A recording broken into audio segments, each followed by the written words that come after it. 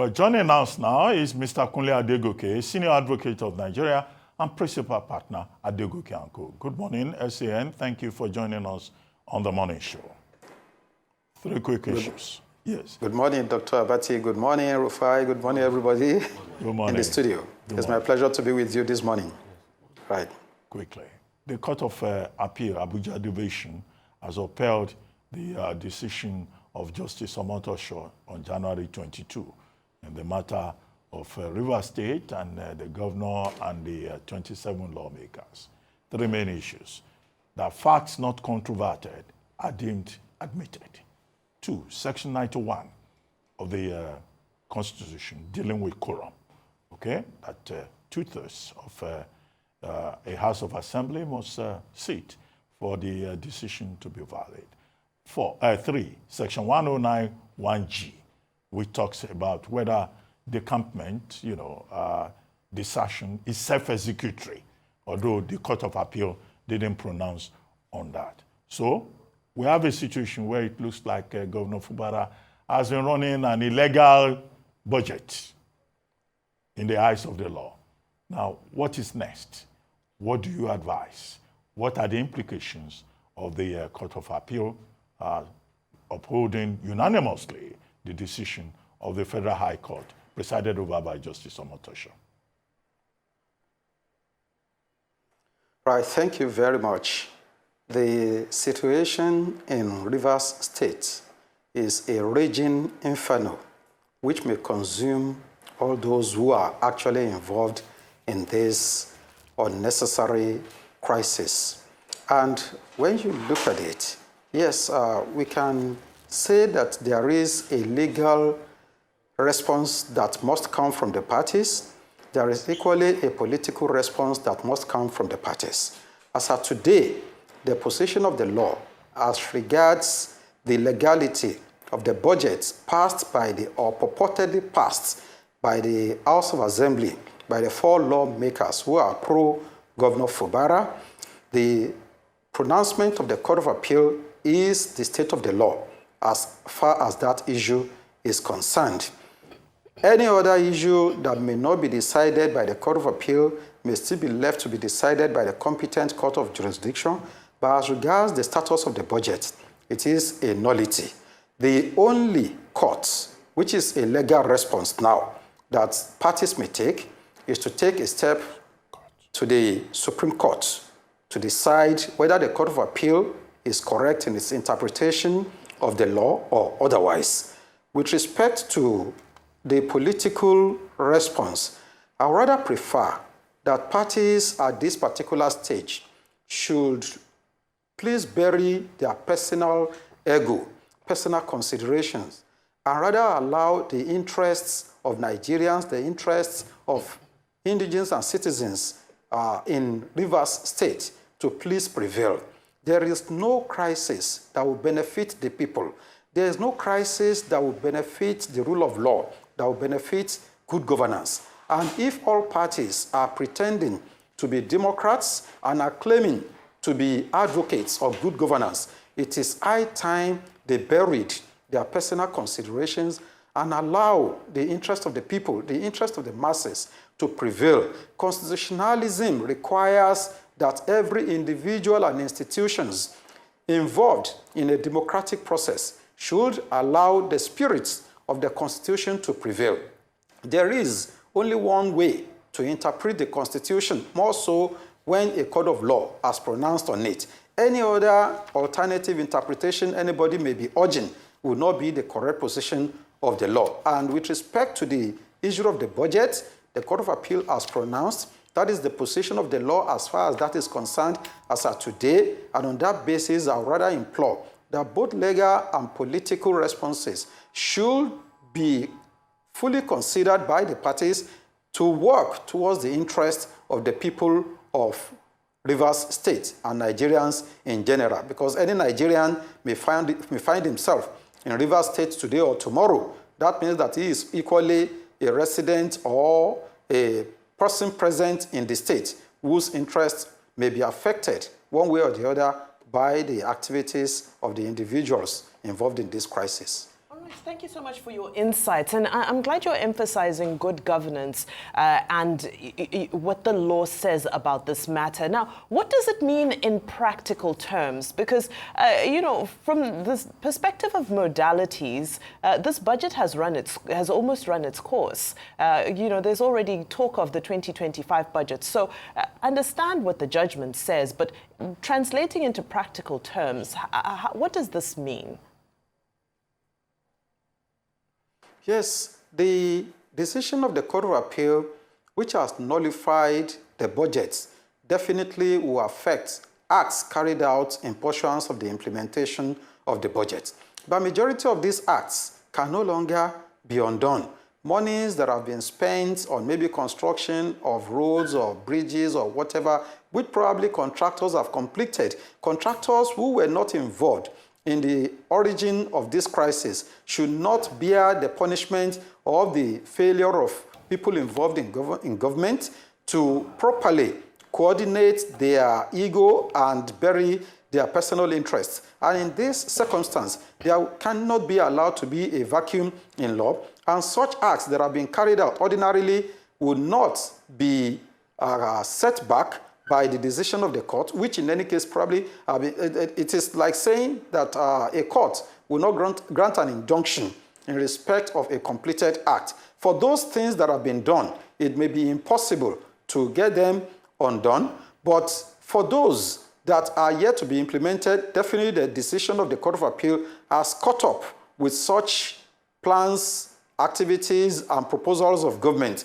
that are yet to be implemented. On that basis, this decision has put an end to any such plans or preparations to carry out certain acts already stipulated in the budget and proposed to be executed in the performance of the business of government. And in this circumstance, the implication is that the people, the dramatis personae, who are the implementers of the Constitution, the implementers of the law, and a fortiori, the provisions contained in the budget, should allow the decision to take its full effect. Yes, a party may say, I'm going on appeal to the Supreme Court, which in any case will take a number of months before it will be decided. Parties will file the notice of appeal, compile records, file their briefs of argument, a date to be fixed and whatever. Yes, the Supreme Court may say, here is an urgent matter to be decided and therefore abridge time for anything to be done.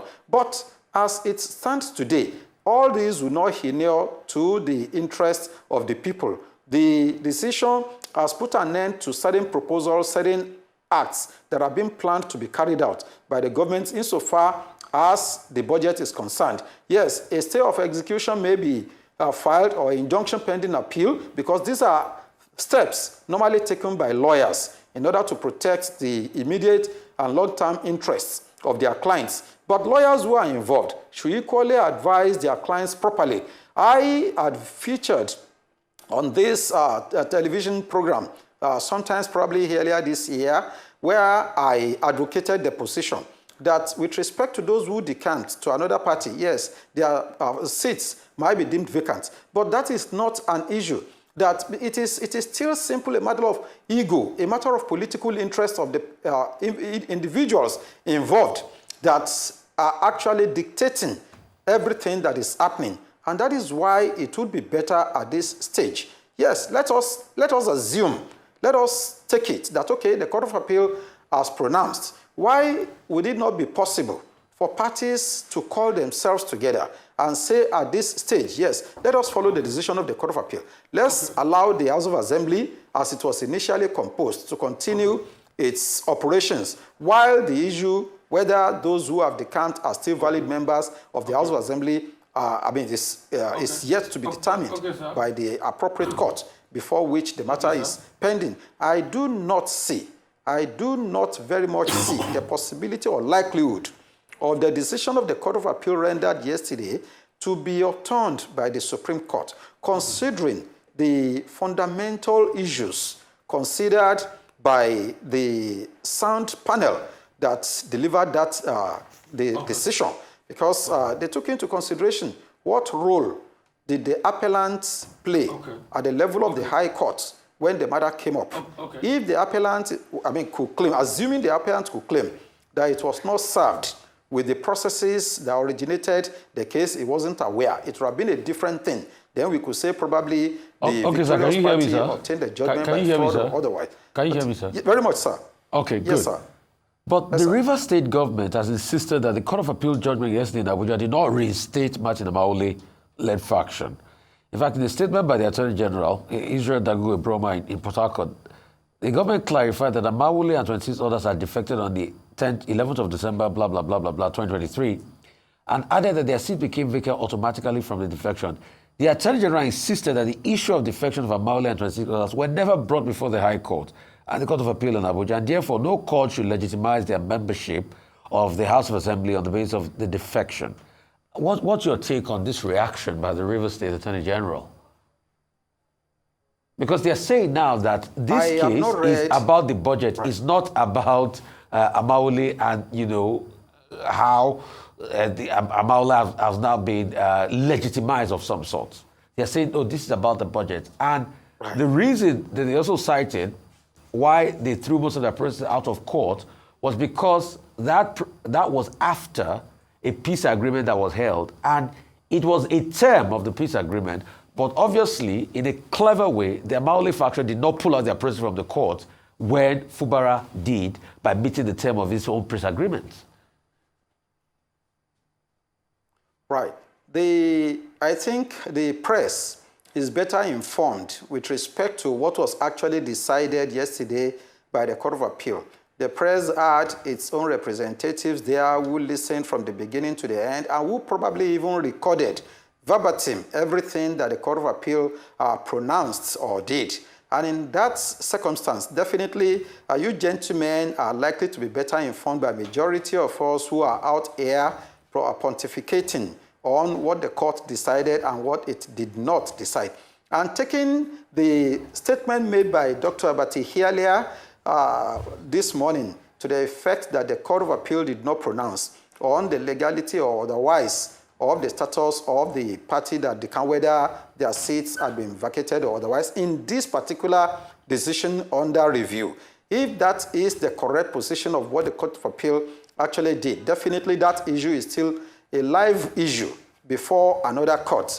What I understood and I still believe is the cause of action in this current case was the fact that the 27 lawmakers challenged the validity of the acts carried out by the pro-Fubara lawmakers. I don't think they put in among the issues whether their membership of the House could be deemed to have been terminated as a result of their decamping from their political party PDP to APC or otherwise. If that issue was not raised in the case and was not categorically pronounced upon by the decision of the Court of Appeal of yesterday, which I am yet to get a copy to read, definitely that issue a court of law cannot be presumed to have determined an issue that was not submitted to it for a determination. Okay, in actual fact, it is forbidden. It is, right, sir? Yeah, that's clear. A court of law is, yes, not Father Christmas. But you mentioned something about political solution. As the court places. Yeah, you mentioned the point about political solution. What political solution would you recommend in the light of the fact that you have said it's not likely that the Supreme Court will overturn the decision of the Court of Appeal? What political solution do you have in mind? Yes, this is a situation where there is a crisis, where there is a disagreement among a people. It is very necessary that they they call themselves to order. Those who are pro-Wike and the Honorable Minister himself, the former Governor Wike, and the present Governor Fubara, they all came from the same family, or the PDP family originally.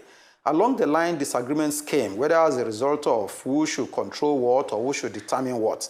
At this stage, that it is very clear that nobody is really the victor or the vanquished. because the decision of the Court of Appeal has not said, okay, well, the governor has not been removed from office. He has not, his tenure has not been determined in any way. The implication is that for so long as he is interested in continuing the fight, taking the matter to the Supreme Court, and until it is decided by the Supreme Court, this issue of validity of budget or otherwise will continue being a live issue, that the parties will continue fighting. The implication is that it might become pretty impossible to continue implementing the budget, because an average person who wants to probably render service to the government will be afraid now. What if the budget is ultimately nullified before I'm able to recoup my money, before my services are paid for? Then they will withdraw their services, they will withdraw from rendering service to the government. And the government cannot compel people to render services when they are not too sure of what will be the outcome of such a contract they are entering into. The implication is that the grass that will suffer will be the people of Rivers State. When Wike and Fubara were best of friends, the question might be asked, were the people of Rivers benefiting from the relationship? But at least we still believe, no matter how little, if they are running the government, people will still benefit in one way or the other. But by the time the crisis is consuming the implementation of the budget, is consuming the possibility of running the government effectively as it should be done, then definitely the people have no benefit in such a process. It is categorically clear that the people that will suffer are the masses, are the people of the state. In such a situation, each person who has taken an oath in government at one time or the other promised to abide by the Constitution, to serve the people and not to serve himself. All this they are doing is self-service. It is not service to the people. And that is why I say a political solution must be explored. People, elders in Rivers, who are supposed to prevail on the two parties, the one that is recalcitrant, who wants to fight to the end, definitely is not a worthy leader. And that is when people themselves are supposed to come together and realize that whether I'm pro-Wike or I'm pro-Fubara may not benefit the people. So a political solution of burying the hatchets, of resolving the disputes, let us give and take, and let governance continue in Rivers State is the solution. Mr. Adegoke. Elders, although these elders, many of them are compromised, they've taken sides in the matter. Maybe President Tinubu should return from his working vacation and, save the situation in Rivers so that we don't have a 1965 Western Region situation on our hands. Thank you very much, Mr. Adegoke, SAN.